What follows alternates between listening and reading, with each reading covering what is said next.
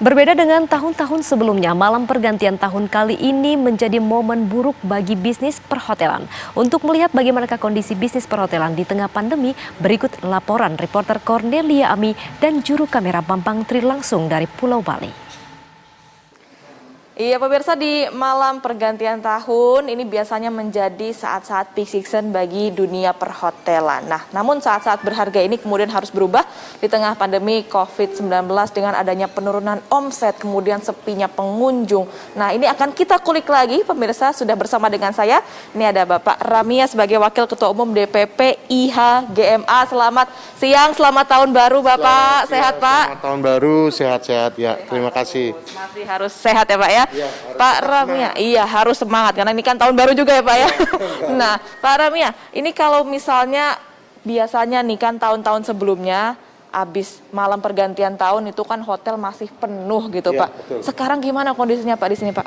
Ya, jadi ya kondisi pandemi COVID-19 ini memang setelah meluluh lantakkan pariwisata Bali, dan termasuk kita berharap bahwa di akhir tahun selama periode Natal dan Tahun Baru kita berharap ada peningkatan okupansi di hotel-hotel yang di Bali ini. Memang ada beberapa teman-teman kita di Nusa Dua itu mereka penuh ya, ada yang sampai 80-90%, malah ada yang full house selama akhir tahun ini ya, 31 Desember 2020 ini. Namun di satu sisi kita di area Tuban, Kuta dan Seminyak itu masih ada beberapa teman-teman kita yang belum buka. Kemudian ada juga yang okupansi kita masih sangat parah sekali. Rata-rata kita okupansi antara 30-40%. Kami aja tadi malam itu 31 Desember okupansi cuma 46 kamar. 46 kamar dari total berapa? Dari 198 room yang available. Ya. Padahal biasanya ini sudah full book itu dari seminggu sebelum malam tahun baru gitu kan Pak? Periode peak season di Bali itu rata-rata dari tanggal 20 Desember sampai tanggal 10 Januari. Ya, dan biasanya okupansi di atas 90% sampai full itu adalah antara 20 Desember sampai tanggal 5 Januari. Jadi menjelang Natal dan periode tahun baru, biasanya kalau dulu sebelum ada pandemi Covid, itu rata-rata okupansi kita itu udah di atas 100% pasti. Dan ada minimum stay. Kalau dulu itu minimum 7 malam, harus stay minimum 7 malam selama periode Christmas dan Tahun Baru gitu. Itu yang terjadi dulu di Bali. Sehingga benar-benar memang kita berharap bahwa periode Natal dan Tahun Baru ini adalah periode panennya kita sebetulnya di pariwisata. Namun ini tidak bisa kita nikmati tahun ini karena pandemi COVID-19 yang masih berkecamuk dan belum bisa diatasi oleh kita semua.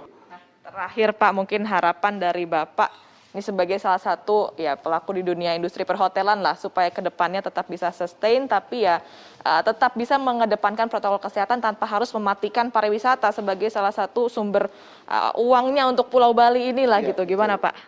Ya, jadi kami berharap, harapan kami kepada pemerintah adalah setelah dibukanya domestic market tanggal 30 Juli kemarin, ini sebetulnya mulai sedikit menggeliatkan industri pariwisata di Bali, walaupun tingkat okupansinya masih jauh dari harapan.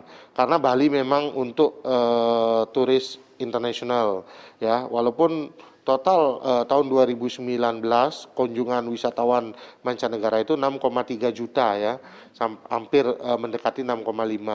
Namun kenyataannya karena kita belum buka untuk international market karena terkait adanya varian baru ini ya, kami juga sangat memahami langkah-langkah yang diambil oleh pemerintah agar kita memprioritaskan kesehatan ya, sehingga kesehatan masyarakat bisa untuk survive ya.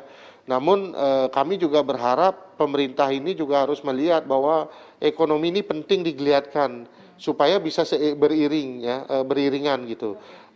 Covid kita atasi ya, sehingga masyarakat menjadi kurvanya menurun. Di sisi lain industri pariwisata ini mesti harus didorong lebih kencang lagi supaya bisa bergeliat industri pariwisatanya. Sebab kalau tidak Bali ini bisa benar-benar mati ini, itu harapannya. Dan kami sekarang ini karena sudah hampir 1 tahun ya, sudah 1 tahun bertahan ya.